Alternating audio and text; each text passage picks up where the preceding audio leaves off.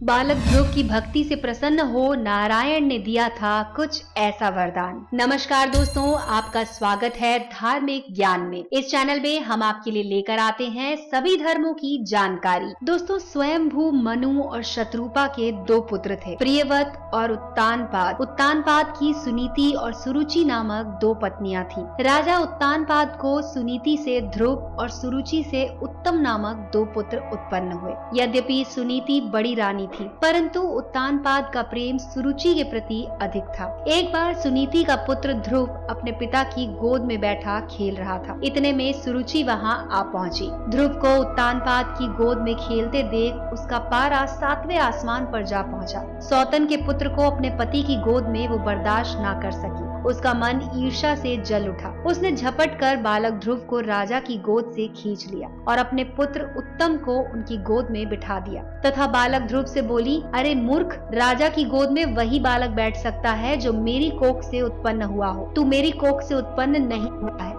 इसलिए तुझे उनकी गोद में या राज सिंहासन पर बैठने का कोई अधिकार नहीं है। 5 वर्ष के ध्रुव को अपनी सौतेली माँ के व्यवहार पर क्रोध आया। वो भागते हुए अपनी माँ सुनीति के पास आया तथा सारी बात बताई। तब उसकी माँ ने कहा कि बेटा, तेरी सौतेली माँ सुरुचि से अधिक प्रेम के कारण तुम्हारे पिता हम लोगों से दूर हो गए हैं। भगवान को अपना सहारा बनाओ। माता के वचन सुनकर ध्रुव को कुछ ज्ञान उत्पन्न हुआ और वो भगवान की भक्ति करने के लिए पिता के घर को छोड़कर चला गया। मार्ग में उसकी भेंट देवऋषि नारद से हुई।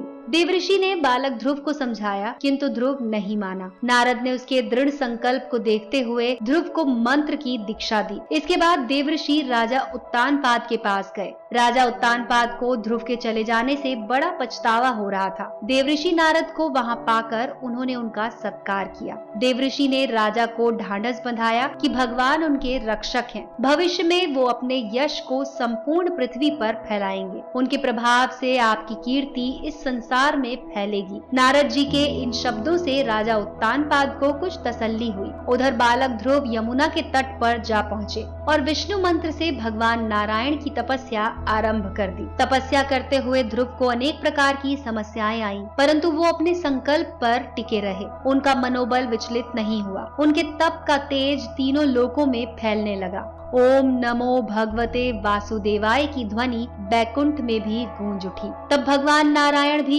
योग निद्रा से उठ बैठे। ध्रुव को इस अवस्था में देखकर नारायण प्रसन्न हुए और उन्हें दर्शन देने के लिए प्रकट हुए। नारायण बोले, हे राजकुमार, तुम्हारी समस्त इच्छाएं पूर्ण होंगी। तुम्हारी भक्ति से प्रसन्न होकर मैं तुम्हें ये लोक प्रदान कर रहा हूँ, जिसके चारों ओर ज्योतिष चक्र घूमता है तथा जिसके आधार पर सब ग्रह नक्षत्र घूमते हैं। प्रलय काल में भी जिसका कभी नाश नहीं होता। सप्त ऋषि भी नक्षत्रों के साथ जिसकी प्रदक्षिणा करते हैं। तुम्हारे नाम पर वह लोक ध्रुव लोक कहलाएगा। इस लोक में 36 सहस्त्र वर्ष तक तुम पृथ्वी पर शासन करोगे। समस्त प्रकार के सर्वोत्तम ऐश्वर्य भोग कर अंत समय में तुम मेरे लोक को प्राप्त होगे। बालक ध्रुव को ऐसा वरदान देकर नारायण अंतर ध्यान हो गए। नारायण के वरदान स्वरूप ध्रुव समय पाकर ध्रुव तारा बन गए।